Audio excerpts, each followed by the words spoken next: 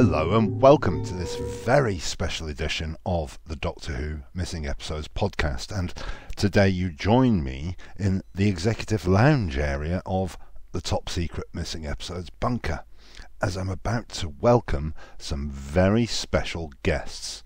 So no expense spared today. I've even got Harry here on the old piano in the corner to play some pleasing atmospheric stuff for when they arrive. Hey, Harry, play that Barry Norman. Oh, Harry's given the double thumbs up. Oh, that's good, isn't it? Because we're going to be talking about TV on film. They'll probably love that. Oops, and one of the antimacassars has slipped there. That's better. I've put out the custard creams to go with the welcome sherry, and I've dotted around a few of the rarer film prints. So, who's coming and why? Well, you'll be aware that this episode is about film collectors, and like in the Shawshank Redemption, I've written to Missing Episodes Commander-in-Chief Paul Vanezis once a day for 3 years, asking him to appear on this podcast. And I think to make me stop writing, he's agreed, and he's bringing along two well-established and well-connected film collectors. So what's on the agenda? Well, on my list are: what is film collecting about? What formats do collectors collect? Is there much British TV on film about in collections? Are there lots of missing episodes about? There have been lots of rumours, haven't there? Is there a lot of secrecy? Did the Bob Monkhouse affair and the failed prosecution of him for owning a huge film collection drive collectors underground? And let's face it, there hasn't been a missing episode comeback for 10 years, and if it does, it'll be via a private collector probably. And I do know that these folks are involved in a film event in October about the preservation of film, including film on TV. Doorbell! Just check the CCTV. Harry, stop! They're here!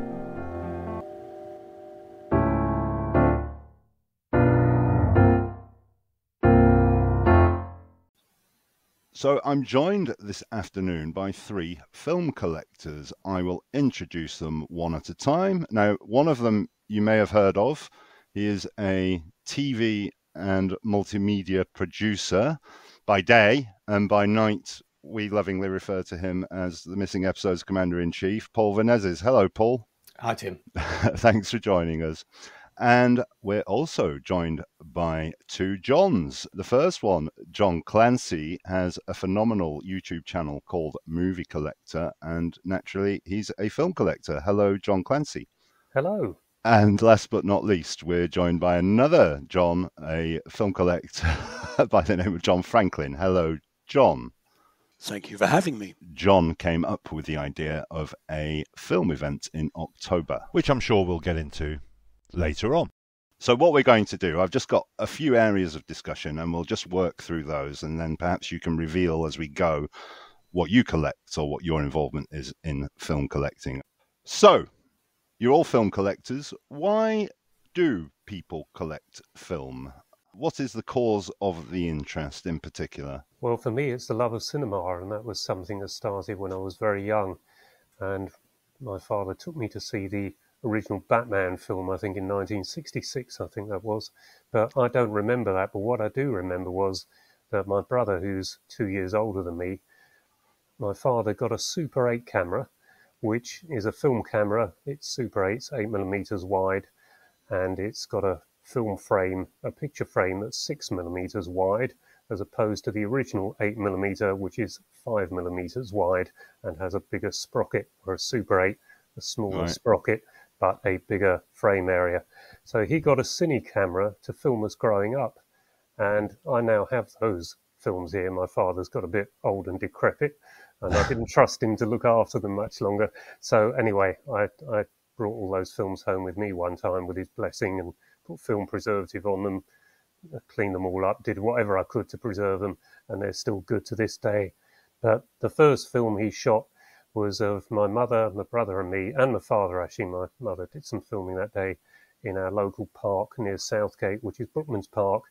And that was probably 1968, 1967, around then. Of course, that's now culturally quite significant because that park is still a beautiful park, but it doesn't quite look how it did in the 1960s. And that really fueled my interest in Super 8, and I always loved it when we got the screen out, the projector out, and that's how I became a film collector.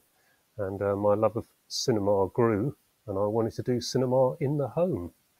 So do you exclusively collect Super 8? Well, I did for many years because, let's face it, until a few years ago, you couldn't really tell anyone if you had 16mm or 35mm prints because you get knocked on the door and the studios would come and take them away. That was the threat, and people did believe that, and I do know some people that happened to.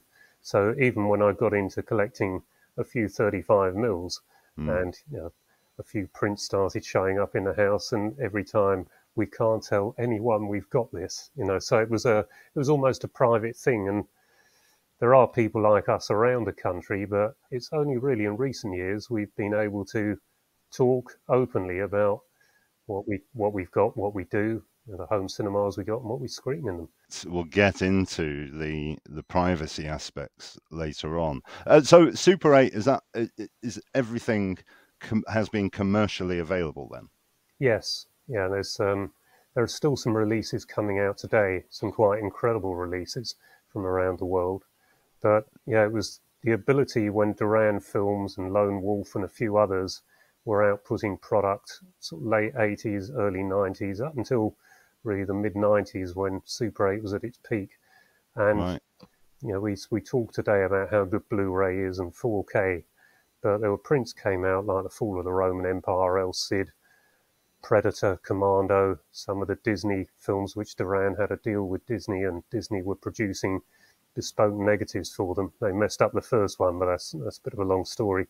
But the next one they did, which was a feature, I think was it Cinderella, the second feature they did after Little Mermaid had been messed up, and they got that one spot on. And those films I've mentioned, apart from Little Mermaid, it really was cinema in the home. Super 8 had come of age.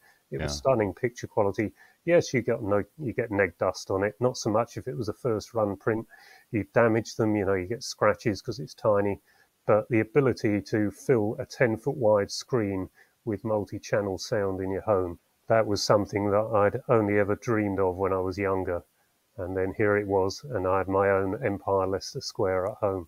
Beautiful. I've just watched a video of your constructing the home cinema. I'll link to that in the... Yes, the latest home cinema, because we moved about 18 months ago and had to do it all again. Yeah. Dare I ask how many titles you've got? On Super 8, I couldn't actually tell you, but there's about 40 or 50 full-length features in there. And quite a few of those nowadays go for around £1,000 each, which I think is ridiculous, but there you go. It's what people pay for them. Star Wars and Aliens, Terminator, all those sort of really big titles, Terminator 2. But some of those titles, I ended up with 2 copies of them because we had a pied-à-terre in London and we had a place outside of London. And of course, if I wanted to watch the film and I was at the other address, so my favourite films, I had to have 2 of them. And so I managed to assemble 2 prints of 2 full-length copies of each of my favourites. So I didn't realise I was investing in my pension fund at the time, but that's the sort of thing that happened. Before we move on to John F., you've just listed a whole range of different types of film there, from The Little Mermaid to Predator to El Cid. Does it matter what you're watching? I do have an eclectic taste when it comes to films, but there's a couple of films. Well, there's one that I always cite that I've never watched. As soon as it comes on, I just can't stand it, and this is probably going to make half your audience turn off, but that's The Sound of Music. I just can't. Musicals I tend to have a problem with, but maybe the other one is Barbie, because I saw a few seconds from that the other day, and people have been asking me on my channel, am I going to go and watch Barbie? And my answer has been, not in this lifetime. And John F., how about yourself? Well, my story is very different to John's. as one would expect. All collectors have a degree of nostalgia as part of their collecting habit. And I think that's certainly something that I would say is part of the reason that I collect film. But I can put my actual interest in collecting film back to an incident that happened while I was at university. So I'll try and make this as concise as I can, because after all these years, the memory isn't perhaps what it could be. However, in the mid to late 80s, I was studying, and I was also working on a part-time basis to have a little bit of extra money in what was lovingly called in those days a hi-fi shop. At that time, we were introducing into the particular shop that I worked in some audio-visual items, and Laserdiscs were appearing, and I was absolutely hooked on this whole Laserdisc thing. So I bought myself a Laserdisc player, started to buy various Laserdiscs, initially those that were certified as PAL in the UK, but as I became a little braver, I was buying materials from overseas, predominantly the US. And I mean, before I knew where I was, I had a collection of around about 500 Laserdiscs. I think like John Clancy's favorites, I had about 7 copies of Blade Runner. I knew that was going to come up. Well, all of the different editions, director's cut, and this and the other. Anyway, the long and the short of it was I was very interested in film, and I bumped into an old school friend, literally walking through in my lunch break, and we're having a chat. Now, my friend, when we were kids, used to invite me over, and I used to go and have tea. And when his father would come back, or at the weekend, we'd go up into the converted loft, and we'd watch films that his dad projected. So when I was very young, we watched things like Gulliver's Travels. When I was a little bit older, we watched Robinson Crusoe, Treasure Island. I'm talking about the sort of 1950s versions, of course, with Robert Newton as Long John Silver. I mean, classics. So I was absolutely hooked on film from a very young age. But my friend said that his parents had separated, which was sad because they were a lovely couple. And basically, he had all of his dad's films, and would I like to buy them, as I was so interested in film? So yes, thinking back, I was a little crazy. I agreed. 3 days later, I think he arrived at my house in his white post office van with literally a whole van full of suitcases crammed full of films in cans. I had no idea what I was getting into, but gosh.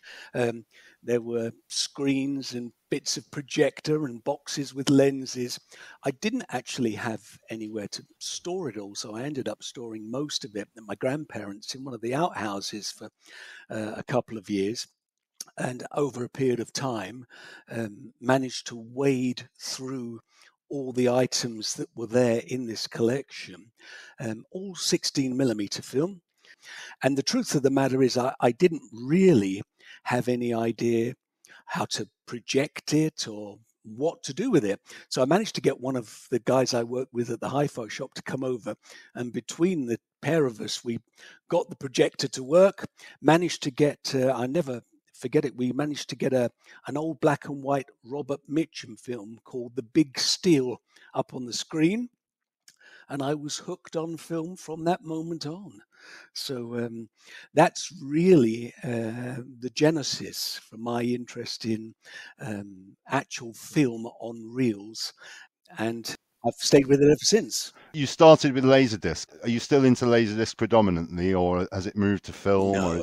Well, Laserdisc really doesn't exist anymore. No. I stopped collecting Laserdisc 25 years ago. I've still got my Laserdisc players. I've got two, including a multi-disc player.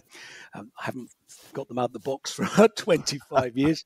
I've still got my 500 Laserdiscs, and rather like John's Super 8, some of them are probably worth hundreds of pounds now. Yeah. My passion, if I can call it that, is real film, and all the things that go with real film. Before COVID, I used to have some film sort of nights where I'd have some friends over, and we'd make some popcorn, put the projector on, and it's an experience. The whole thing is much more than just putting a disc into a DVD player or something. And of course, it creates an interest, particularly if you're playing the sort of films that I like, which predominantly are 1940s, 1950s Hollywood film noir. I mean, there's an atmosphere. So I think that's part of the whole thing. It's the experience, and it's something that people can enjoy like a cinema. Sure. Just to confirm, Tim, because we spoke about this, the photograph that you have of the films in the suitcase, that's one of mine. I've had those films in that suitcase since I estimate 1988, 89. They're all from the original delivery from my friend. It was only because I was moving house and I was trying to get everything boxed up that I actually remembered I had that, opened it up, and oh, crikey, they're all ex-BBC prints, some interesting things. They're all missing Doctor Who's, everyone. I'll give you his address. Yes, not quite. But I've said to Paul, he can have them all, and he can do whatever he wants to do with them in due course. I and many people have had dreams about going into the attic and finding such a lovely old suitcase filled with BBC film cans. It's an amazing photograph.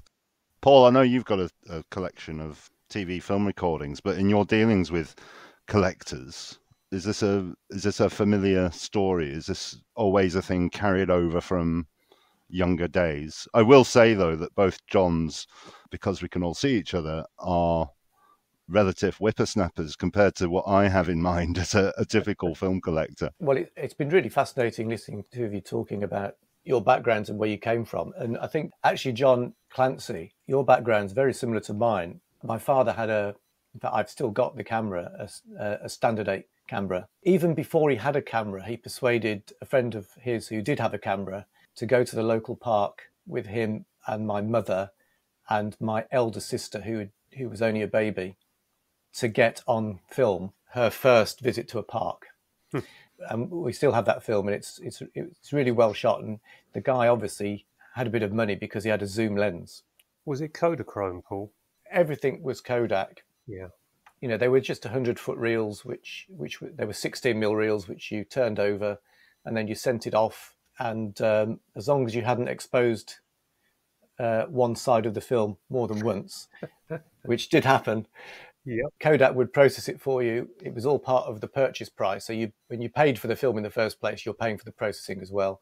You send it away in the envelope, and a few days later it would come back as a 200-foot roll of Standard 8. And we've got lots of those films. There's a big stack of those films. And we used to have regular screenings, and there was a screen, and it would be put up. And every now and then something would go wrong with the projector, and a hole would be burnt in a frame, which was always very frustrating for my father.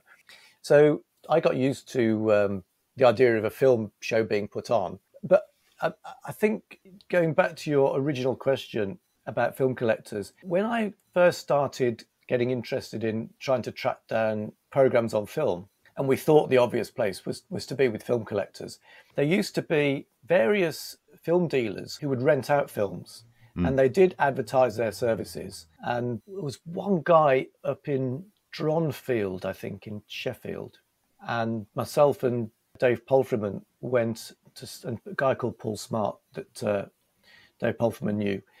Dave ran the Sheffield Doctor Who local group, but I'd got to know him because I was trying to publicise a convention I was doing.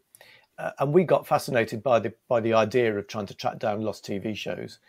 And so he said, I've done some research. There's this guy in Dronfield. I'm going to give him a call. We'll go over and see him. And we did. And this guy had, he was much older than us, but he must have been in his 40s. Of course, now he would be in his 80s, but he was in his 40s. And he wanted to know what we were interested in. He was really surprised when we told him that we were interested in TV shows. Very surprised. But he knew exactly what he got. And we hired from him an episode of Mary Mungo and Midge. Classic. An episode of The Sooty Show, which I think was a missing Sooty, and the Montreux special of Monty Python's Flying Circus. Oh, yeah. And we got them back and we watched them and made a crude transfer to videotape of some of this. And I still got the VHS tape that we did. That was kind of the first time that we'd managed to get our hands on some film. We had to pay to hire these films, of course. So this gentleman, I have tried to track him down since, but he's not at the address where it was. But it was just he just had a semi-detached house in Sheffield, and in the back was a shed, and in the shed was a lot of film, and not the best conditions that you would expect to store film in. But he was someone that made a bit of money on the side renting out films, and he probably had in the house his own collection that he looked after and curated. And I think a lot of collectors, I don't know whether, John, you remember Wally Smith, but Pine Dean. Pine Dean, yes, Yeah, Pine yeah, Dean Film. of course. So I used to get his film catalogues in the 80s. And, so did I. Yes. And he did, from time to time, advertise missing TV shows. Of course, famously, he sold David Stead a missing Doctor Who. In fact, he sold him 3 Doctor Who films. One of them was a missing Doctor Who in about 1983. But Wally was someone that had a collection. He'd basically become a collector due to the influence of his father. And his father was a dealer. And when his father couldn't look after the collection any longer, Wally continued it. But the trouble with Wally is that he was a dealer that didn't really want to sell any films. He just wanted to collect. And so I don't know whether he ever made any money. His film catalogues were actually really full of titles, weren't they, John? They were. They were pamphlets. And I'm sure lots of people requested films from him and spent good money for it. But the last time I saw him, which was less than 10 years ago, he's sadly no longer with us. When I last visited him anyway, and it was in 2013, right, and he was still selling film then.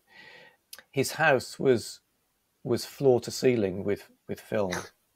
Thousands of films. Thousands of cans. And he had I think it was an old bakery, small little bakery at the back of his house. Yeah. And in that little bakery, that was full of film as well. And he had 1 or 2 interesting bits of film there, but you couldn't really see anything properly because all the light bulbs had gone and it was pitch dark, so you needed a torch. He had a few torches on standby. And then he would just give you a torch and a projector lens, which if you invert, you can use as a magnifier to see the state of film. So that was Wally, and Wally Smith actually encompasses the life of a film collector. You can see where he came from. He inherited the interest from his father. He was interested in film, but he inherited the dealership. And he kept on doing that because by doing that, it meant that he could trade with like-minded people that were interested in films and pick up interesting things for his own collection. Sadly, there is a very sad end to that story, which Paul hasn't mentioned. Oh, yeah, there is.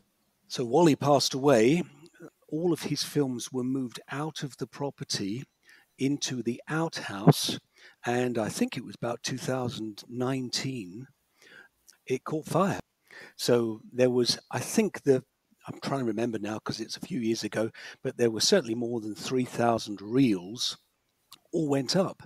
And there was a fair bit of speculation, well, not as to the reason, but as to what was actually part of the collection. Paul would know more than myself. But yeah, I mean, he, I'm sure, had some interesting items, and up it went, which was a terrible end, sad end. I was told it was every single missing episode of Doctor Who. Yeah, I mean, I can tell you actually the good news is that before Wally died, one of his old friends, film collector, was Terry Burnett. I mean, this shouldn't surprise anyone. They lived... Yeah, they're both on the south coast, weren't they? Yeah, Wally was in Southampton, Yeah. and so was Terry. He lived literally just outside of Southampton.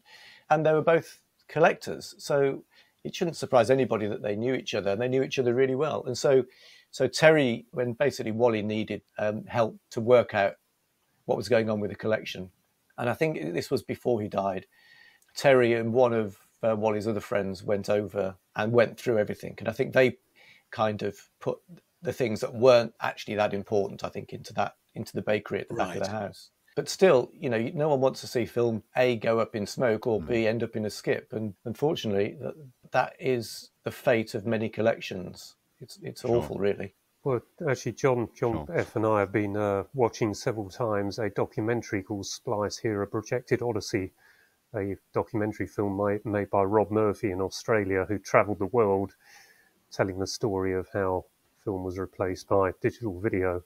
But he went into some detail, didn't he, John, about the films being destroyed, the nitrates, and to see it, it's heartbreaking and frightening as well. It is. Heartbreaking, but what a brilliant film. And I've seen a lot of film documentaries, but I've watched that one 3 times in a short space of time. And I think you watched it a few times as well, John, didn't you? More than 3. I mean, it's... but yeah, we're actually going to be screening it, aren't we, at this upcoming event, so we must mention that later. But yeah, to see some of these films just become extinct, and some of them would have been single surviving prints and negatives, it's just heartbreaking. I'm sure that you told me this, Paul, about Wally, that he had those 3 Doctor Who episodes, and I'm sorry to mention Doctor Who, in his catalogue. And he sold them to a collector, and the collector brought them all back because they were standalone items. They weren't the whole thing. The guy didn't want them. Is that correct? Yeah, so that's absolutely right. And Tim, you'll understand this. So what happened was, this is what Wally told me. He said, "Oh yeah, those Doctor Who films that I sold, I actually sold them twice. The first guy got very excited by them and bought the 3 films, and I just had 3 Doctor Who films. I hadn't really looked at them." He said, so he bought the films. I don't know how much he paid for them, 15 quid or whatever. And I sent them to him. And then I got a phone call from him, and he was really, really quite upset because the 3 episodes were all from completely different stories and had no connection with each other. And he wanted to sit down and watch a Doctor Who story. And instead he got bits of 3 stories. And so he returned them, and I had to give him his money back. And then David Stead ended up buying the 3 films. So I think what people perhaps don't realise is that one of them was actually in Spanish. It had been dubbed into Spanish. So that wouldn't have made any sense at all to him. That would have rubbed salt in the wounds. That would have. So yeah. And indeed, the 2 Terry Burnett Doctor Who's, they went unsold at the end of a day's trading at a church fete or something, didn't they? Yeah, it was a box. It was a box of film. Yeah. And Terry didn't even go to it. It was a friend of his that worked at TVS, where he worked, was a volunteer at this fete. And he just mentioned that they'd got a box of film. No one had bought it, and they didn't know what to do with it. The person that had brought it, it was like a bring and buy, I guess. Had brought it, had just gone away because the fete was to raise money for the local church, I think. And so he said, are you interested? If you are, I'll bring the box in. So I don't know if he paid anything at all for the box of film. I think he might have paid a little bit for it. Right. And that was in the early 80s, 84, 85, when, of course, everyone was looking for missing Doctor Who's.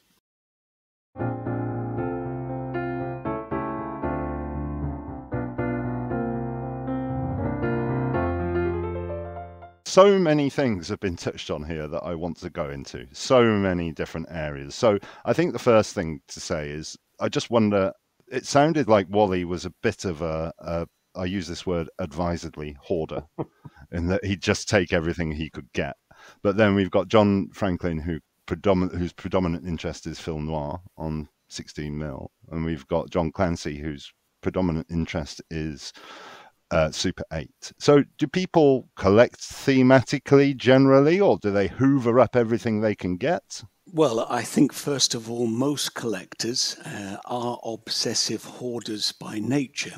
So, I mean, film collecting is not my only interest, my only passion. I have many interests, and so do pretty much all of the film collectors that I know. I actually met someone this morning, bought a couple of films from them, and he makes Valve Hi-Fi.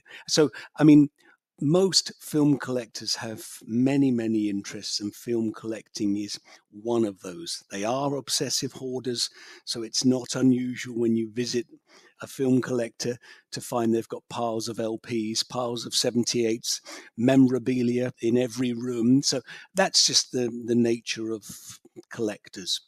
I think most collectors, whether it's stamp collecting or film collecting or what, are pretty similar, and there's a certain amount of nostalgia involved. As I mentioned earlier, they do it because it takes them back to a period in their life which they enjoyed. And you have to remember that the vast majority of film collectors are older men, now in their late 70s and 80s, approaching 60. I'm a spring chicken by comparison. And of course, some of the themes that are or were of interest in their youth are themes that are slightly detached from today's world. So you'll find film collectors that will only collect things about steam engines or traction engines or Shire horses or brasses, things that many younger people today would, what relevance does that have to the modern world? It's a nostalgic thing, and I think that's something that you cannot underestimate within the film collecting community. And again, if someone's had an enthusiasm for something and has acquired a film about that, which they may have had for 30 or 40 years, that creates its own connection, its own nostalgia. And I think that also can't be underestimated. You've talked about holding screening nights, and we've mentioned John Clancy's new home cinema. Then there's a video of it being put together. But also on John C's channel, I've seen a fantastic home cinema, which is presumably a garage, which has tiered seating and seating ripped out of a cinema that is about to be demolished, presumably, and umpteen different projectors at the back. Yeah, Knowles. Yeah, we need to get him along to Leicester. Yeah, that's an incredible home cinema, which Keith Wilton did a video at for his Armchair Odeon series of DVDs years ago. And Knowles just great with equipment. He's doing me a new 35mm projector at the moment. He's probably finished it, actually, but he's also got my Super 8 camera that he's repairing. And I stupidly left the batteries in it and forgot I'd left them in it. But anyway, won't go into that. Numpty alert there. But yeah, he's a great chap. He's getting on a bit now, is Noel. And it's actually a prefabricated or sort of shed-like building that he's turned into a home cinema. It is incredible, and the organist can really play. and so it seems to me that there's an element of the love of the sort of engineering. Noel is a very clever chap. You give him a challenge and he can do it. But there's a lot of collectors around like Noel. I also went along to Simon Nichols, who's one of the latest recruits to the British Film Collectors Convention team, and what an asset he's proving to be.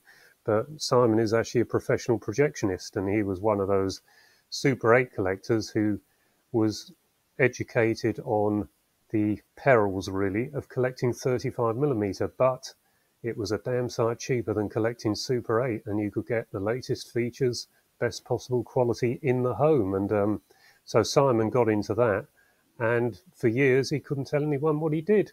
And at our recent BFCC at Chorleywood, there was Simon with his 35mm portable projector, not his pedestal machine.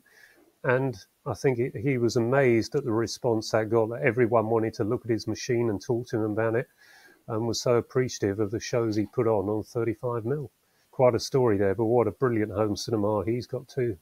Unbelievable. So, John F., you've talked about collecting features. John C. has talked about collecting features, but we keep hearing about TV on film being in these collections, and we talked about Terry Burnett's, and he had some TV on film. So what sort of prevalence does features have over TV on film, or how commonplace is TV on film? Well, I've got quite a few episodes on Super 8 and 16mm from television shows. US TV shows? Yes, predominantly, actually. Star Trek is one of my favourites, which I much prefer to Doctor Who. Sorry, Paul, but that's Captain Kirk. Brilliant. But I've got several of those on Super 8, and I think that was when they dropped out of copyright for whatever reason in America, and so Thunderbird Films, Super 8 releasing company, got in quickly. But I've got other things. I've got an episode of The Professionals here with Bodie and Dahl, if you remember that one, Martin Shaw and Lewis Collins, and a few things like that. I just thought, that would be nice to have. And they were television prints, So I came back from a filming trip in America in 2013 where I was interviewing race drivers for the Sports Car Club of America. And one of those race drivers, Ken Slagle, had a television program made about him in 1976 when he first went out racing in the all-new then Triumph TR7. And I was there making a documentary about the Triumph TR7. And he told me about this television show, but he didn't think it had ever got broadcast, and he'd never seen it. But he just happened to have a 16mm copy on the shelf that they'd given him. And so I said, well, I'd be able to transfer it, but getting it back, it would have to wait until I'm back in America. He said, well, if you do a transfer and let me have a copy, then I don't need it back. And so, for example, that episode is here, and it's the only copy we know anywhere in the world. So these things are out there, and it's just finding them really and saving them before it's too late. And I think Paul knows more about that than most of us. But John, you've come across quite a few missing episodes in your own field, haven't you?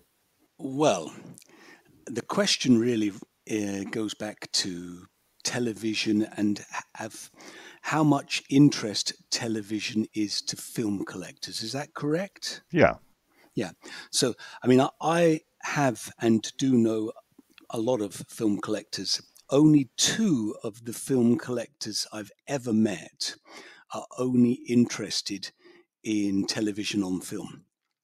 For the vast majority of the film collectors that I've met and that I know, television episodes on film are a little bit of a curio. There's something that have shown up at events, and I'll just clarify that by saying when I first went to events in the late 80s and early 90s, there were a lot of television episodes from the likes of the BBC, independent television, that could be had at events. And of course, that reflected the film collecting community because there were many, many more events and there were many, many more people involved in the community in those days. But yes, you'd find BBC television episodes. It was common to come across piles of them. Certainly in recent times, I've come across 1 or 2 occasionally. It's less common to find television on film at events and certainly freely available. So you have to put that as the backdrop as the community, a collecting community, has changed anyway. But most people within the film collecting community are focused in other areas. Their enthusiasms, whether it's documentaries or whether it's particular interests like traction engines or railways or whatever, and they acquire film with television episodes on them as a side thing rather than a primary thing. And that's the view that certainly most of the collectors that I know have had about television on film. John's made a very good point there, and my experience is absolutely that. And I think the reason for it is that it comes back a lot to what John C's been talking about, which is that collectors like the cinematic experience. And with the best will in the world, black and white film recordings do not deliver that. They just don't. That being said, I was up in Leeds in the 80s, and there was a gentleman there called Colin Deves, a lovely guy who was a film collector, and he lived in a 2-up 2-down terrace somewhere in Leeds, and he had a massive collection. Again, the house was floor-to-ceiling film, and he was a collector more than a dealer, but he dealt a bit. And we rang him up and said, have you got anything we might be interested in? We're interested in old TV shows. So we arrived at his house, and I'll put it like this. He obviously didn't get out much. And he obviously didn't have very many visitors. So we arrived thinking that we'd be in and out in 20 minutes. We were there for about 2 hours because he insisted on projecting us the things that we had expressed an interest in. So he showed us an episode of 30-Minute Theatre, which we bought from him, which I still have, and an episode of Pardon the Expression, which was the Arthur Lowe comedy, Granada comedy. And the Arthur Lowe comedy, Pardon the Expression, I can tell you now, that must be one of a small number of copies of that on film that are out there, because things did not leak from Granada. I've got 2 Granada films, and that's one of them. So he insisted that we watch these, and because he was deaf, he turned the speaker up to maximum, deafening us, and then asked us if we could hear it properly, which we, of course, could, with our fingers half in our ears. So it's absolutely true. But then we were chatting away, and I said to him, "Well, what other TV have you got?" And he said, "I've got an episode of The $6 Million Man," and we were a bit disappointed. But he raved about that print. He said, "It's one of the best prints I've got. I love projecting it. The colour is amazing on it, and the quality, it's just phenomenal." And that sums up exactly what we're talking about. He wanted the cinematic experience. That kind of television gave him that. Like the episode of The Professionals, which is quite rare to find out there, John. I mean, I did sell a collection of professional films for somebody, but they are difficult to get hold of, and they are sought after. Copies of $6 Million Man in America are actually 10 a penny. There are lots of them out there. So for Colin in the 80s to get hold of it, bearing in mind he was probably in his 70s then, for Colin to come across this and for him to get so much pleasure out of it, he was taking it from the cinematic view of it. He was getting a lot out of it.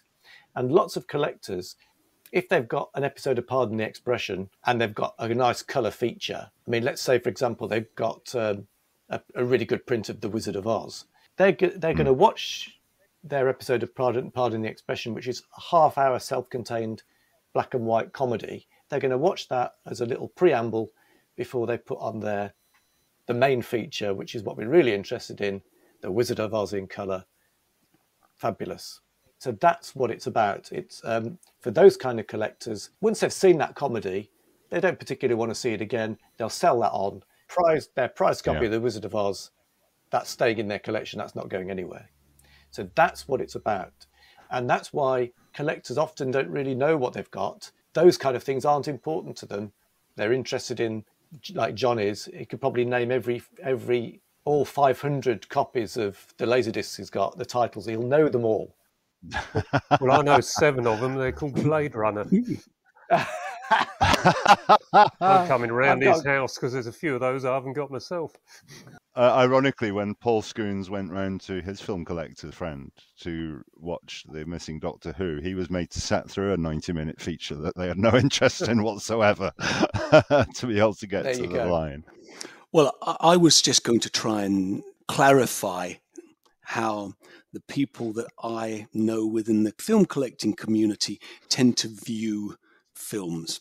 So, and again, please, Paul, correct me if you think I'm wrong, but I think what you basically have is you have film collectors that are predominantly interested in feature films and shorts.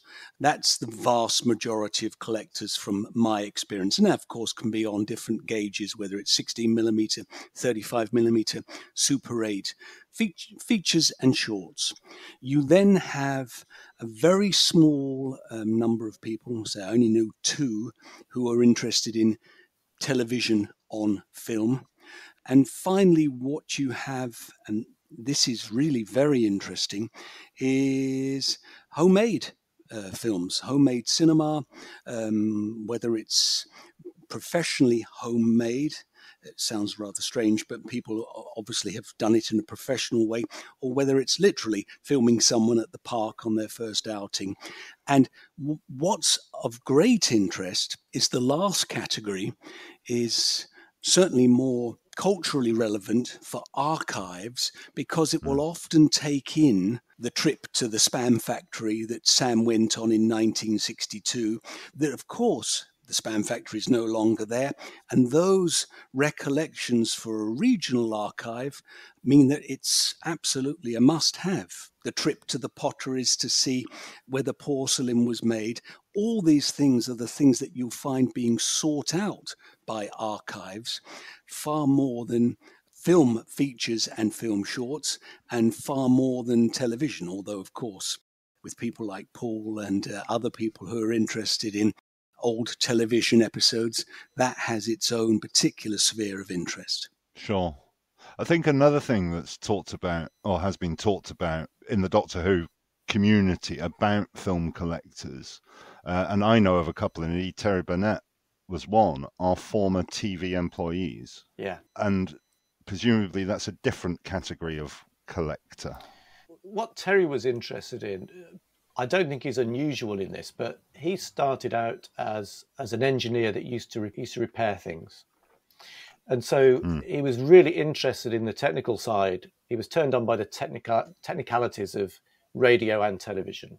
He didn't just collect films, he collected radios and televisions. He got a big collection of quite rare radio and TVs, and if they didn't work, he would repair them.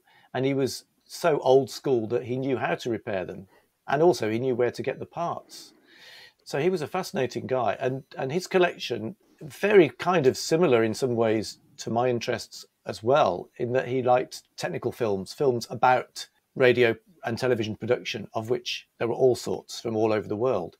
So he was interested in all of that. But also I offered him a 1950s film recording, which in the end I gifted to him because he was quite excited by it. And it was a comedy from this one's from the early 60s, 405-line film recording. He was absolutely fascinated by this and was very, very happy to add it to his collection because it was an example of, it was actually a good quality film recording. And if I'd said to him, I've got 2 copies of this particular show, one's a suppressed field film recording and one's a stored field film recording, which one would you have? He would have said, I'll have them both because I want to see the difference between the 2. That's the kind of person that Terry Burnett was.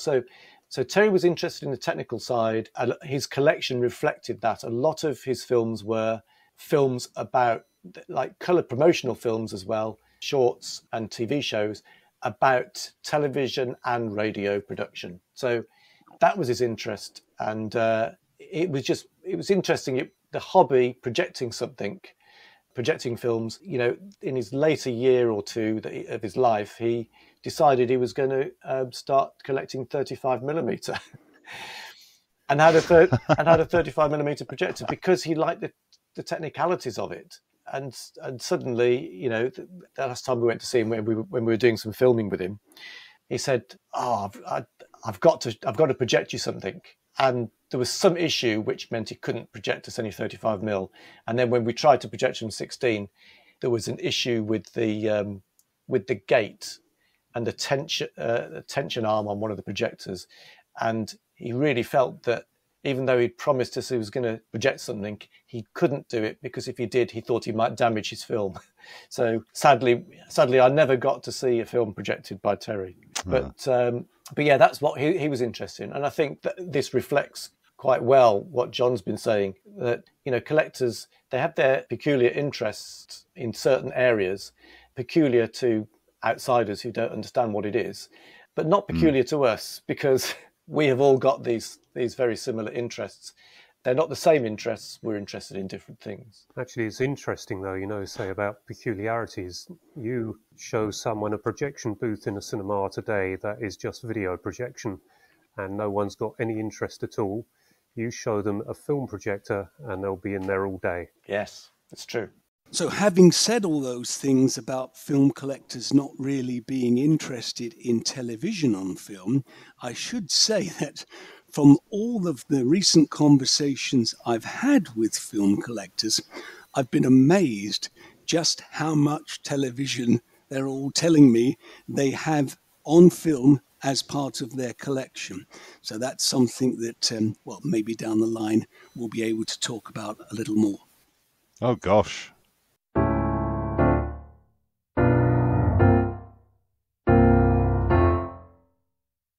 Can we go back to something that John Clancy raised at the start? And this is about the provenance of films and the want for secrecy. So John said, you know, a while ago, you couldn't talk about your 16mm and your 35mm features because they probably, I'm guessing, had been removed from a cinema at some point without permission. And it's well known that films that left the BBC were destined for landfill and were intercepted on their way out. So how much secrecy is there around both features and TV on film, and how concerned are people about letting it be known what they have? I don't think there is any secrecy anymore, because the film collectors are the new best friends of the studios and the film archives. So it's true. Whereas they've been rather silly in the past by sticking their films in a skip, fortunately, quite often, a film collector just happened to go past said skip and rescue a full-length 70mm print of Ben-Hur or something, you know. So it's it has been known, and those sort of things have actually saved films in the past. What was that story in Splice here, John? It was someone out there had a very rare print. It's a mad, mad, mad, mad world, wasn't it? Correct. Did anyone have a 70mm print of that because they were looking to restore it? Now, those of us that know about how films are struck from the negative and whether they go through the into positive, into negative, then general release print, 70mm prints in the main come straight off the original camera negative. And the grading that's been worked out on the interpositive is applied to that print as it comes off the negative. Don't ask me how that's done, but that's the basis of it. So a 70mm print of a film is effectively as good as it's going to get without having the original camera negative. So the appeal went out, and this person in Australia gave up his beloved print, and the studio never gave it back. And that's the lack of trust that formed between the studios and the collectors. And in addition to that, there were stories, and I did know of people getting the knocks on the doors and having their 35mm prints confiscated because it was illegal to own them. Similarly with 16mm, I believe that was illegal as well, was it not, chaps? I think there's two issues from my point. I'm not sure whether it was illegal. I think what most of the corporations, let's use that term, what they wanted to do is to stop piracy. And it was that was the fear. All these people, they're pirates rather than collectors. I mean, most collectors just want to have the film at home and to enjoy it. They have no intention of making copies and trying to monetize it. In fact, I remember speaking to a collector who had someone knocking on his door years and years before about this exact issue. And he said, well, I wasn't actually trying to monetize it. In fact, I would give people supper. So, of course, it was something that was a shadow, and that was why people kept a lot of this information to themselves. But the issue of film coming out of, let's say, the BBC as an example. I mean, I have never worked at the BBC, but I can imagine that in the 60s and 70s, those technical suites, the editing suites, the sound suites, they must have been swimming in reels of film. Paul can probably talk to this with much greater knowledge. And of course, there was film everywhere. A lot of the film was surplus to requirements. And so I don't like the term, it was stolen. It was going to be thrown away. And of course, as a film collector, you never want to see anything thrown away. It's a knee-jerk reaction. You pick it up, I'll take it home. And of course, that's what happened. But because people took things off-site, and because they were employees of larger corporations, in that instance, the BBC, there was a certain amount of fear as to if someone did come back X number of years later, say, right, how did you acquire this copy? That they didn't want to actually have to start explaining all these things. So I think that's one of the reasons why some people who have acquired film, not in an illicit way, in an absolutely genuine and bona fide way, have been reluctant to come forward because they don't want to have this perceived inquiry into what happened 35 or 40 years ago when you were working in the sound suite at this place and you took these films. Correct me if I'm wrong, Paul. Well, no, it's absolutely right. And I used to work in the cutting rooms at Pebble Mill, and the cutting rooms weren't really where you would find complete episodes of anything. The show I was working on when I joined the BBC, a little bit after I joined, was Howard's Way, which was the sailing soap opera with Kate O'Mara and others. And my job was to sync up the picture and the sound and get it to the sound suite so they could make the copy mags and whatever.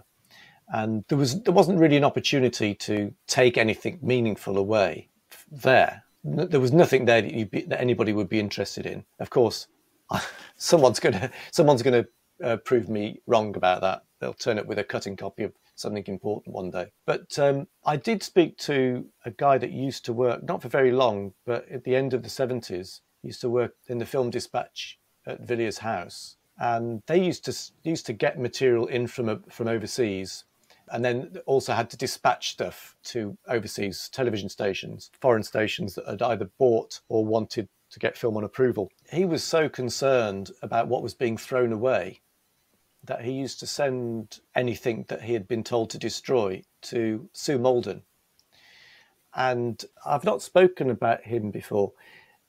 He didn't stay in that area very long. He worked on the technical side of things, and he was just in the dispatch for a short period of time. But I mentioned it to Sue. She remembered getting a film sent to her anonymously from Villiers House, and it's one of the reasons why she was so interested in going over there to see what was there. But what he did say is that people don't know what Villiers House is. Villiers House was, it's still there. It's a big kind of office building, literally built above Ealing Broadway Tube Station in London.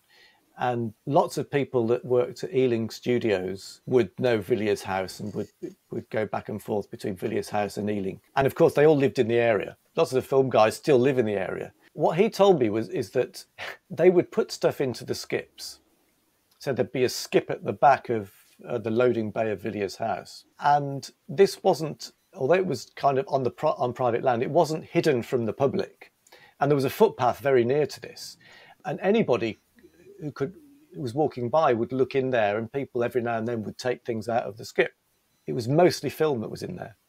And of course, film collectors knew that the BBC would be putting stuff out. I mean, they'd get a tip off from their mate in the cutting rooms who was an editor or an assistant, and say, if you want anything, we just put a load of stuff in the skip.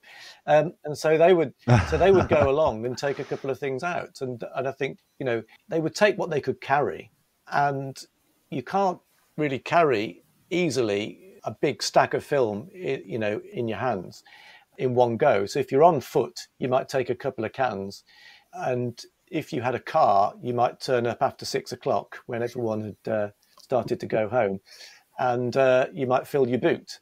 And that's how things got out of the BBC, out of Enterprises. Got a funny little anecdote to add to this, because you mentioned the film editors. Of course, Keith Wotton He ran the BFCC for years, film editor at Ealing Studios, and along with his colleagues Alan Martin, Ken Lock and Howard Billingham, the four of those were a team that probably on the BBC's time were also doing the Super 8 cut downs for all the distributors in this country. So I thought I'd just put that in there. So anyone out there like me has got the 400-foot reel of Phantasm from Duran Films. That was edited by Ken Lock at the BBC when he was on salary. So there you are. That's why the BBC is of such importance to me as a film collector. Well, I'll add to that. And you'll know this more than I, John, because you were so actively involved in what I would call the London film collecting scene. So many of the people that were involved in the London film collecting scene were people that had been either technical people, projectors, editors, or whatever, at the BBC and other major studios. You've mentioned 3 or 4. I mean, there are others, of course, we could mention, and I know Sue Malden knows most of those people. So again, it was a community where one thing led into another. So, of course, the movement of film out of an organization into the film collecting community and around the community, it was the most natural thing. And yes, many, many more things perhaps came out of those skips or the BBC than perhaps people would like to acknowledge, Paul. Yes, absolutely. There was a guy called Barry Littlechild. I don't know whether anybody remember Yes. Barry. Yeah, so Barry, he was a really interesting guy, Barry, and he worked at Ealing and was involved in film editing. And he told me that on one particular day he was, I don't know whether it was the library at Ealing or one of the projection rooms, but stored along one wall were a lot of 35mm film recordings, which included things like A for Andromeda, and they were destined to be skipped, to be thrown away. This would have been in the late 60s or early 70s. And 24 hours later, the shelf was empty, which surprised him. He couldn't be certain whether the material had been skipped or whether it had been disposed of in a different way. I'll put it like that. Well, Barry, who's no longer with us, had his own cinema set up, didn't he? He had his own cinema set up, and he was involved in, I think he was down in Tunbridge, wasn't he? Yeah, he was very actively involved in the archiving of film down there. So again, just reinforcing what I'm saying, ex-BBC person, and of course moved very actively into film collecting with all the things that went with film, and had a crossover into archiving. He discovered a couple of films himself, didn't he? He actually found a couple. He found a Children's Film Foundation film. That's right. Yes, lovely Barry. I think this is fascinating. I think the general relaxed way in which you three are talking about these people and these activities perhaps does show a shift in mentality. Bob Monkhouse and what happened to him in the 70s is often quoted as a reason why film collectors have been driven underground, because he wasn't prosecuted in the end, was he? But a large amount of his stuff was destroyed. Is that still cited as a reason to keep quiet about things, or are really people feeling quite liberated about talking about what they have? I think Bob Monkhouse actually had the missing sequences from Buster Keaton's The Cameraman, and they scrapped it. That's correct. It was destroyed by the police. I mean, it might still exist in a vault somewhere, but if it does, they haven't come up with the film. And it's very unfortunate that it happened in the way that it did. That's the incident which, it did two things. It undermined film collectors' faith in being treated properly. But because ultimately the judge threw it out, they basically, the case was thrown out with no case to answer because he wasn't trying to monetize anything. Yeah. Because of that, those in the know realised that it was unlikely that there was ever going to be a successful prosecution of anybody that had a film collection. So it was unfortunate that it alienated film collectors against authority, really.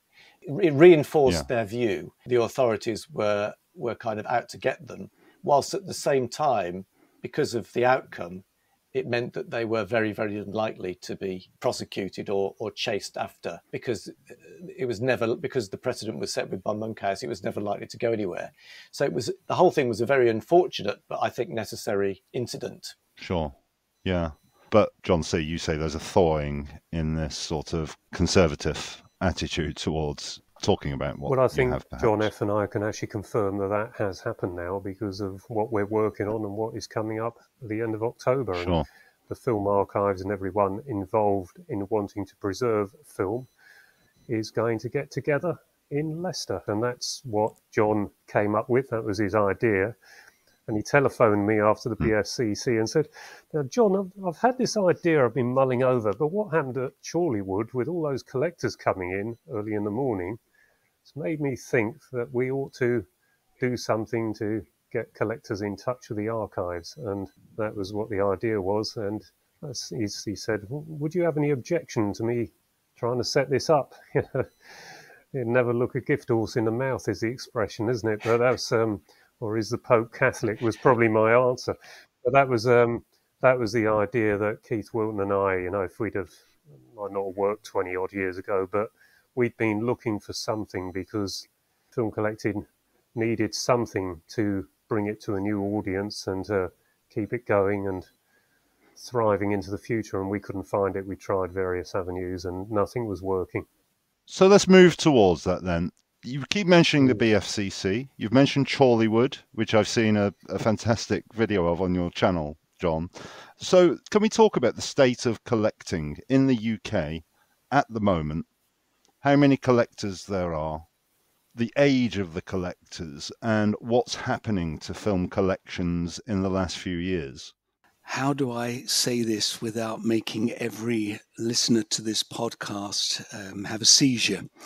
Look, the fact of the matter is an enormous amount of film has been lost, and film is being lost on a daily basis. That's the reality. So what we have is a film collecting community that since COVID has reduced significantly, mainly because the people that collect film are older men in their 70s, 80s, and some even older. So there's been a natural shrinkage, and COVID hasn't helped. The fact that as you get older, you're less able to look after yourself, let alone the 10,000 films. And let's clarify that there are people with thousands of films in their collection within their homes that are not being maintained because they can't maintain their own lives, let alone their film collecting habits. So we estimate, based on a number of things, not least the number of magazines that are being sent out to people as potential buyers, the number of subscribers to various periodicals, those people that turn up to the few shows and events that there are still, that there are probably 200 to 250 active film collectors in the UK. So we're talking very, very small numbers. And there's probably around about 1,000 film collectors all told, with the vast majority now having film that is vulnerable. And I say film, I'm talking film and film equipment, because that's something that is also got to be taken part. I mean, just getting hold of the parts to maintain projectors, to do the things to play the film is becoming increasingly difficult. So we have a very, very small community which has the vast majority of it unable to look after the film, i.e. it's vulnerable. And if we don't do something quickly, that film will be lost forever, because we are losing a lot of film on a daily basis to landfill. And it could well include culturally important film, it could include missing episodes, all manner of things. And so we've got to act. And that's one of the things that John C. And I, and indeed calling on help from people like Paul and others to do something to raise awareness of this issue. What is the BFCC, first of all? That's the British Film Collectors Convention, and what sort of shape is that in? It's a gathering of film collectors that was first established, I think it was the first one anywhere in the world, actually, certainly in Britain, 1976, and that was by the late, great Paul Vanezis, and he sadly died, I think, just before the 1980 event. Was it 81? It was around that time. And so it was a third or fourth event, and so it was passed on, and eventually it ended up with who became my boss a few years later, Keith Wilton. And Keith had kept it running up until 2016 when we took a bit of a break, and then we lost our venue. And finding a venue to hold something like a film collecting convention when you've got a 24-foot wide cinema scope screen, loads of projectors, big sound systems and all sorts of things, and dealers to put into a hall and bring them by under Patrick Knowles. There's a lot to it, so you need a pretty big venue. So when I started my YouTube channel, the prime focus of that was, would it bring us a new audience of people with which to re-establish the BFCC? And it pretty quickly did. And so I thought, well, we can't do something on the scale we used to do. So I spoke to Keith, who's not in the best of health now, but he's still getting out there. He's still got a massive collection of film. I put the word out that we needed to find a new venue, and Graham Sinden came up with the option of Chorleywood, where the Group 9-5 people had held their convention once or twice. Now, they're a lot smaller than the BFCC, but it was the only option 6.5 years, well, at the time, almost 6 years had gone by since the previous BFCC. We'd obviously had the years of COVID, Wow. and to bring it back, we need something more affordable, so it can't be as huge as what we used to have. And I thought it's a much smaller hobby now anyway. So the smaller venue will do. We'll just see if we can fit the screen in there. If not, they've got a 15-foot drop-down screen, an academy ratio, which is not ideal, but we'll just have to make the best of it. We got the screen up, but what they didn't tell me was they'd taken all the blackouts down off the front door, and so we had some issues with the venue. But the big issue was the people just kept coming in, didn't they? And it was we were like sardines at times, and so it was a big success in some ways and not in others. But what was great was to get everyone back together. And I knew that if we were going to use Chorleywood, it's the Churchill Memorial Hall, isn't it? If we're going to use that again, then obviously we've got to invest in some things in order to black it out properly and to make more space available for dealers, really. So we had some work to do. And you say they kept coming in. Was that returning collectors of the old school, if I can say that, or was it a newer crowd? Well, I think the reason we had more than I was anticipating, because I thought we should do 100, and that would more or less cover the costs. But what happened was a load of my viewers came in as well, which is brilliant. So, and they were coming along and buying projectors and films and getting into the hobby. I mean, brilliant. That's I was trying to. That's a result. That's great. So I was trying to introduce, and that was another reason why I started that YouTube channel, was because 4K discs, I mean, that's like, many of those are like having 35mm prints on a CD-sized disc. I mean, they're incredible.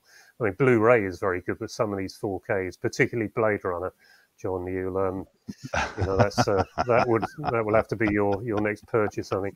But I wanted to introduce people to film because there was no one else doing reviews or talking about any of these things on YouTube that I could find. And in the main, YouTube is youngsters, isn't it? And obviously I include myself in that. But when it came to home video, there was no one who knew the previous market on Super 8. Everyone thought it started with VHS. So I came along and started educating people. And the third video I did was actually a review of the 4K of Jaws, which HMV kindly sent to me a day early. So I was able to get a review out on release day, and that really set me on the path. But as a result of that being Jaws and that having a wonderful history on Super 8, there was the best 200-foot cut down to a feature ever issued on Super 8 was Jaws, and I have that copy. And there was also a 2 by 400-foot release, which runs for about 31 minutes, I think. And that was a very good cut down, but not of the same caliber as the 200-foot that runs for just over 10 minutes. And so I was able to show those boxes, if you like, but I also showed, because I didn't think Universal will object, because the trailer is there to publicise a film. And the trailer was released on Super 8 in CinemaScope. And as I walk into my cinema, that's playing on the screen. You don't really see it much. You hear a bit of the music. And so I turned it off when I went in. I said, but this is a great way to illustrate how this film was made. And I swung the scope lens in and out to illustrate how it goes from being flat, a 1.33 to a 2.66 widescreen. And Universal copyrighted me on it. But there you go. Lesson learned on that. But, quite right, it's their property. But what I was pleased about was that it illustrated how these things work, because most people out there haven't grown up with it. They don't know about these anamorphic scope lenses, and they just know something is a 2.40 to 1 or a 2.35 to 1. And boy, do they get hung up on those aspect ratios when you've got a cinema with moving masking, you're always cropping it. But, they're approximations. But anyway, so it was educating people about that and where it all came from. And it took off. And the one that really that did it was my favourite film for various reasons. I don't think it's the best film ever made. In fact, I think Blade Runner is probably better. But my favourite film is Ridley Scott's Alien. And I've got so many copies of that. I couldn't even tell you how many copies I've got on Laserdisc, John, but I might rival your Blade Runner collection there. But I've got it on 35mm. I've got a bit of it on 16mm. I've got it on a couple of copies on Super 8, and it's one of those really valuable Super 8s, which is great. But not that I'll ever part with them. But that's my favourite film, and so I did a review of that on my YouTube channel, the 4K disc, because people were asking me, can you review the 4K disc? And I said, no, I'm not going to. And in the end, I thought, oh, to hell with it. And so I got the 4K disc, and I took a look at it. And yes, it's a terrific 4K disc, and it compares very well to my 35mm print. And so I put this rather extensive video out that showed them my total collection, much of which people didn't know ever existed. And that night when I was getting ready for bed, I said to my wife, I think I finally nailed it with that one. If that doesn't do something, then it's time to give up. Following morning, I got up and I think my 2001 video from several months before had 30,000 views overnight. Gosh. And you've got 20-odd thousand subscribers now, haven't you? Yes, yeah, which is that's phenomenal. But it's the comments that I get from all over the world. And I should be touching wood here, but you hardly ever get a nutter or someone who's not a film enthusiast. And that's what's been really great. So you have film enthusiasts from all over the world are actually meeting each other on my YouTube channel. I'm a subscriber, I should say. So am I. I mean, I watch John's reviews, and they aren't anything like anything else because it goes into such detail without actually showing any clip of the film, which is great. I learned my lesson with Jaws, Paul. Yeah, I mean, what you should do is you should contact them and say, you should send me free discs and I'll review them properly for you. But I want to show clips, and they'll probably let you. What John's just explained really clearly is that it's exactly why film collectors are interested in film. John collects the 4K discs and 35mm and Super 8, whatever, for the love of cinema. And that is not the same at all as why anybody will be interested in collecting film recordings of old TV shows. It's not the same thing. And so I think getting people to understand that is really important. That will explain why, I said, when I talked about the film collector I know who has some Doctor Who's, I said he's got bigger fish to fry. He does. He's got a life that he's living that's got nothing to do with Doctor Who or film recordings. He doesn't project his films very often and hadn't done for many years. And he's got other responsibilities. He's got people to look after in his family who are unwell. And that's unfortunately the case with a lot of film collectors who are getting on in years. So I think it's just worth bearing that in mind. I think that's a great point. And John Clancy's enthusiasm for the film really illustrates that. So may I just add that there's no official film collecting body. There's nothing set up as the go-to organization that people go to. What you have is you have groups of enthusiasts that get together when they know there's an event, when they know that there's something happening. And of course, that's one of the things that with COVID and with people getting older didn't happen.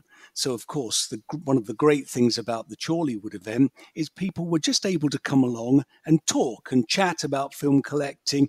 And I bought a couple of things at the event, but it was just good to be able to meet people and talk and have that interaction, which of course, for older people with those enthusiasms is absolutely vital.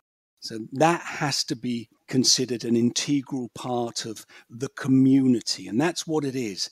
So if you're outside of the community, and I don't mean it to sound like some sort of closed thing, but if you are outside of the community, people won't be as open, won't be as willing to discuss things as if you're inside the community. So John and I, when we speak together and when we speak to other film collectors, there's an openness. I don't necessarily think that film collectors will be as open about their collections and, of course, their experiences with people that are outside, especially larger corporations, if I can use that term, or authoritative type figures who represent larger corporations. Sorry, Paul. So film collectors are quite a tight-knit group, but there's an openness that wasn't there within that group. I'm not so sure that that's quite extended to the outside world, but over a period of time, and certainly with what we're doing with Film is Fabulous, I think that's gradually happening.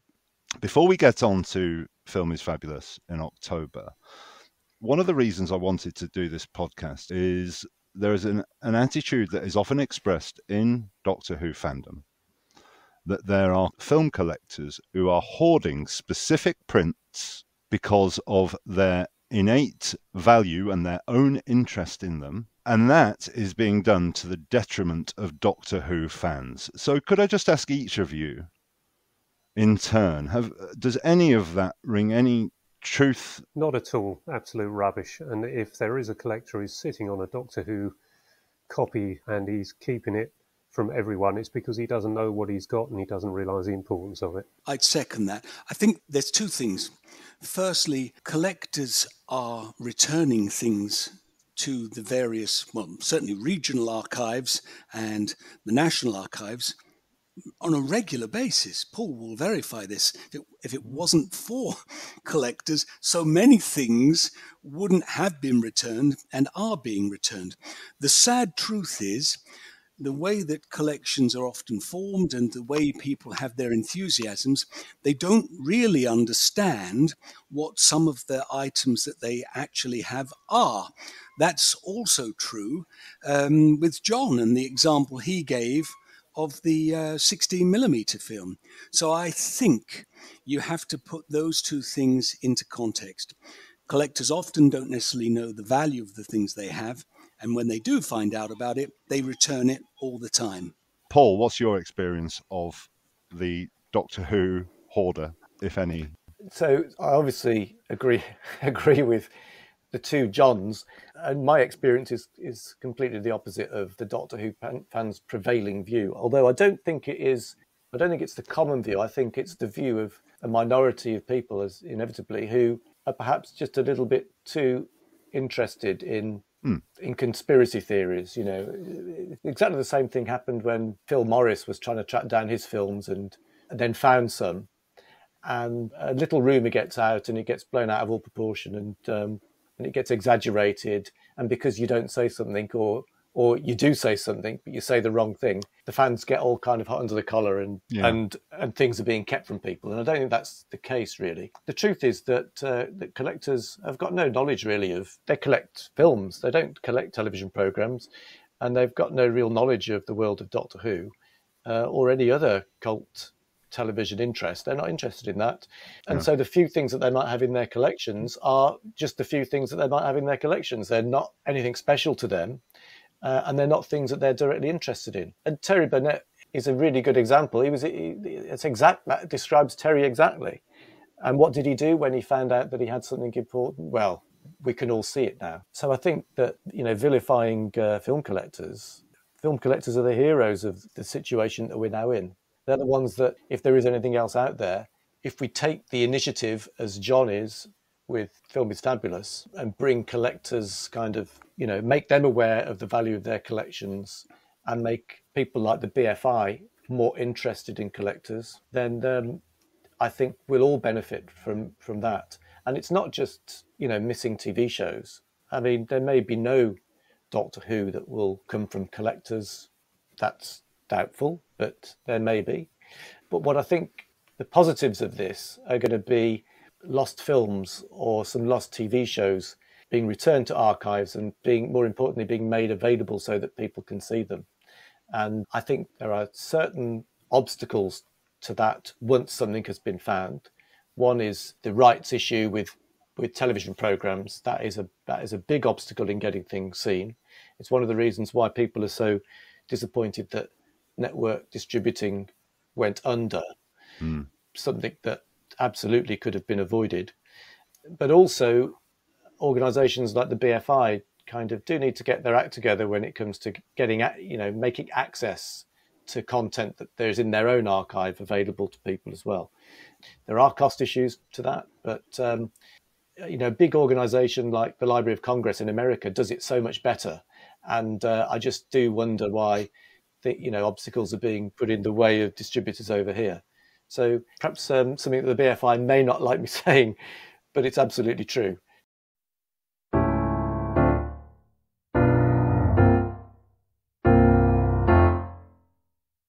John F., tell us about the event in October. Well, it's called Film is Fabulous because it is. And I think the primary thing that we've discovered while talking to film collectors, my colleagues and I, talking with our fellow film collectors, is that there are a couple of very simple obstacles that could be overcome that would make life so much easier for us, for the collector, and for the organizations that would be the repositories for their film stock, which is pretty straightforward to deal with. One, create a list of the films that you have in your collection, a simple list. If you can do something more than that, an inventory with the details of the film and what details you have. And this would cover not only features, shorts, television on film, but also your homemade cinema because of the cultural importance that might have on a homemade film that covers the porcelain factory or the Spam factory or whatever from 1960. Do a list. And then secondly, give clear instructions as to what you want to happen with your film collection when you die. A codicil can be produced with a solicitor for less than £20. If that was supplied with the list and giving clear, right, I want my films to go to the Media Archive in Central England, boom, then everyone would understand what the collector's plan and intention was with their films. I've come across virtually no collectors that have, one, a list of their films, and two, any clear idea as to what they want to do with their films. A couple, and Terry Burnett, as Paul will confirm, was one of those that gave clear instructions towards the end, but most film collectors do not, and that creates lots of issues because, of course, you don't know what's in the collection.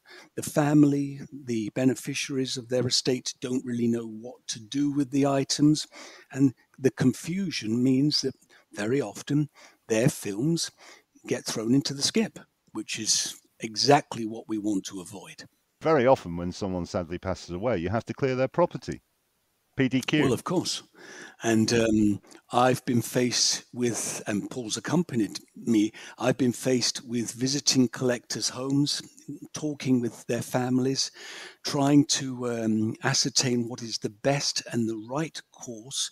And I mean, we were at a collector's house not long ago where there were thousands of films, not only films, but there were also editing equipment, all sorts of very expensive but old items.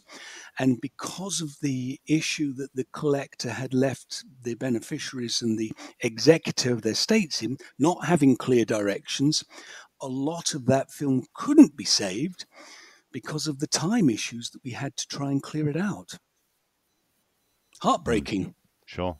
But what we're also going to try and do at Film is Fabulous is a BFCC style event so that collectors can come along and buy and sell and trade film.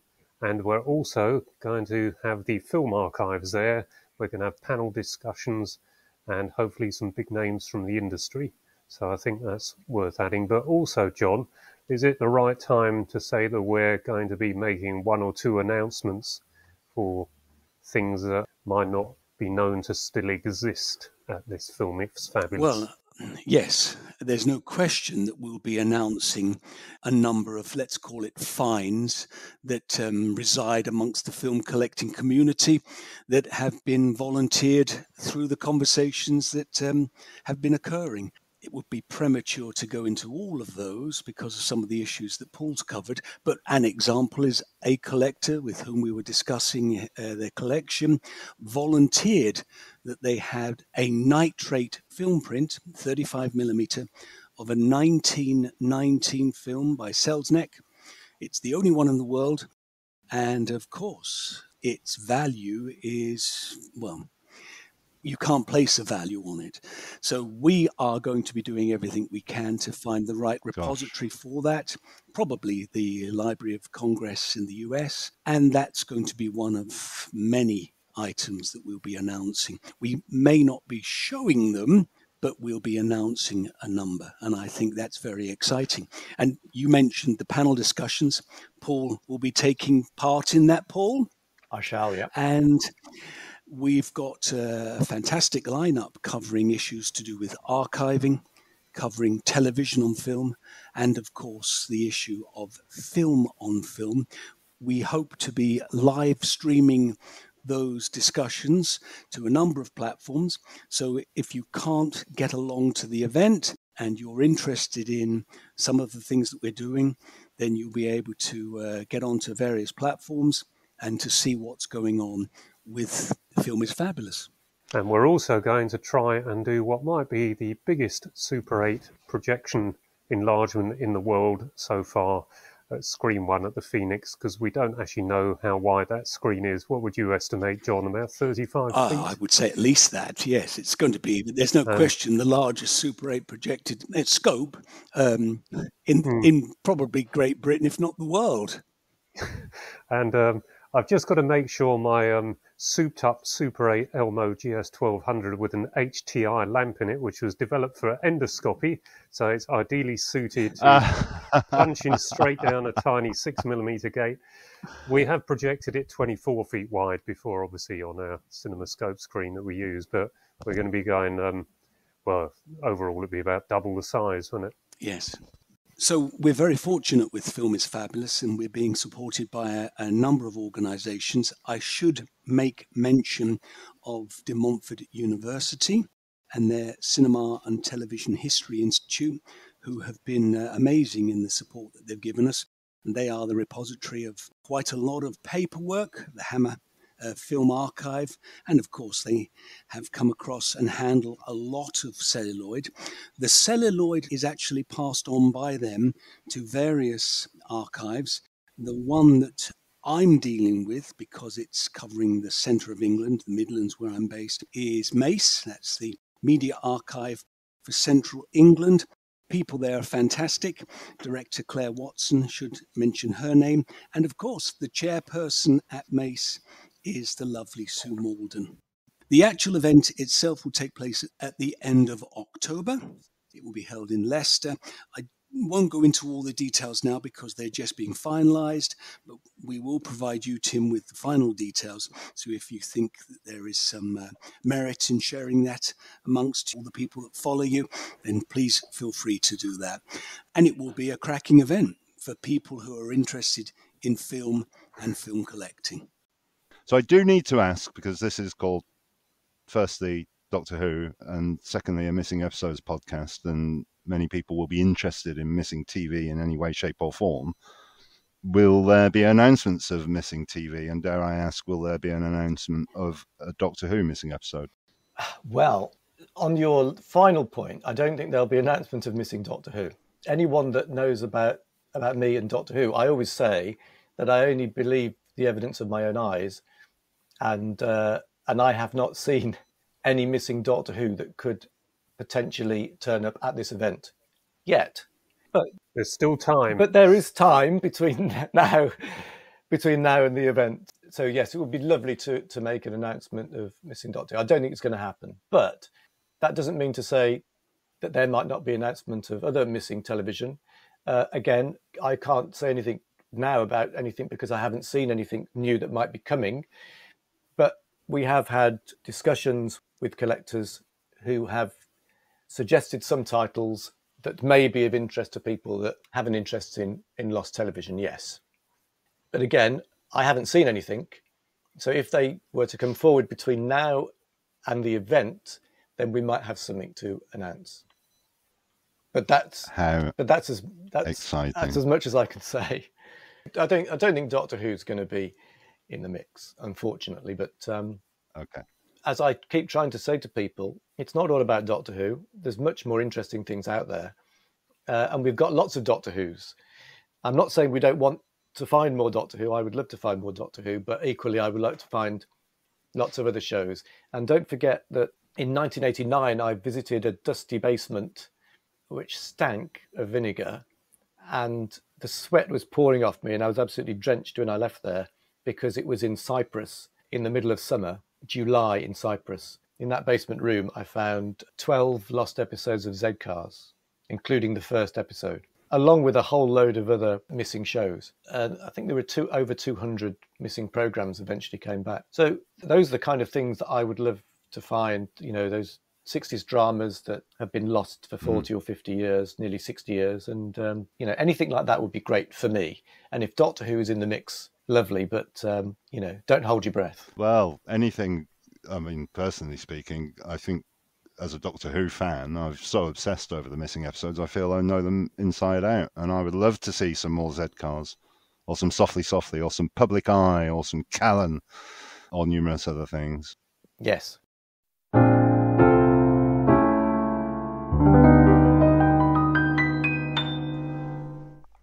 Well, what a brilliant and extraordinary discussion that was.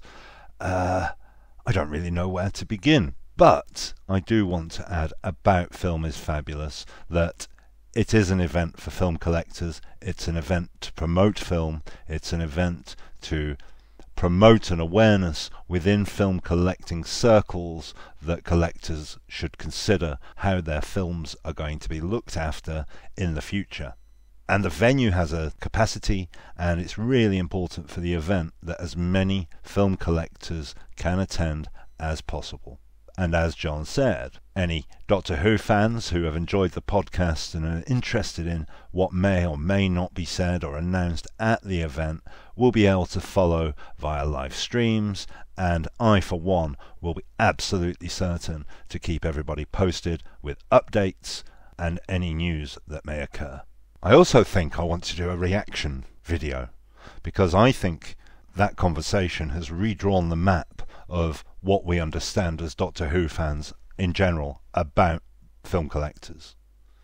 So keep an eye out for that. And so that concludes a special edition, A Conversation with Film Collectors. Gosh. If you've enjoyed this, please do find the time to leave a review via Apple Podcasts. 5-star written reviews have more of an impact than listens in propelling us up the charts, which in turn spreads the word. Our executive producers are Rich Tipple, Bedwyr Gullidge and Phil Mitchell. The piano on this episode was provided by a really talented musician and all-round nice guy, Harry Whitley. So do check out his YouTube channel, youtube.com/c/Harry Whitley, and he can be found on the platform formerly known as Twitter at Harry Music Music. So say hello to Harry. Thanks to the brilliant artist and editor for hire, B. Garrido. Do check out her amazing Doctor Who artwork at bigaridoart.weebly.com. If you'd like to support us, help cover our costs, and keep me in milk chocolate digestives, head to www.patreon.com/missingepisodes, where you get early access and a bunch of other treats and content.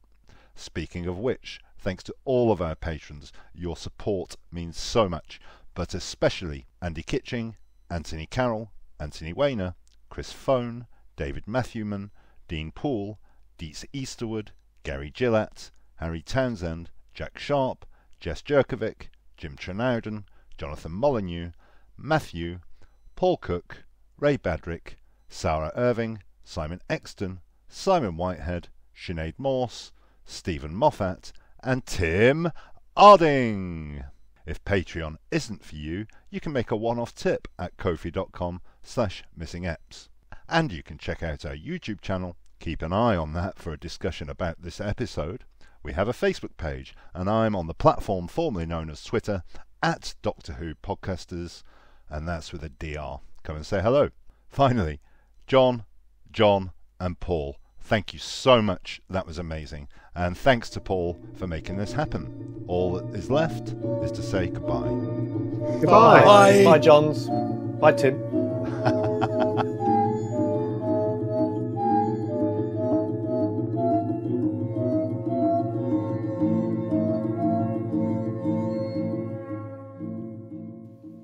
And then there was James Mason, moved into the Italian villa in Hollywood where Buster Keaton had moved out of years before. He went into the basement and there were all his negatives, minus the missing sequences from the cameraman.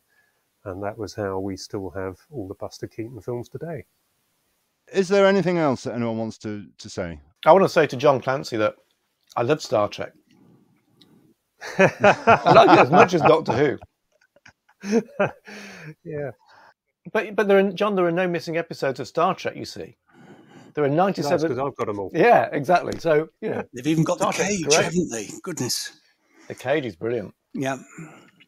I love all Star Trek.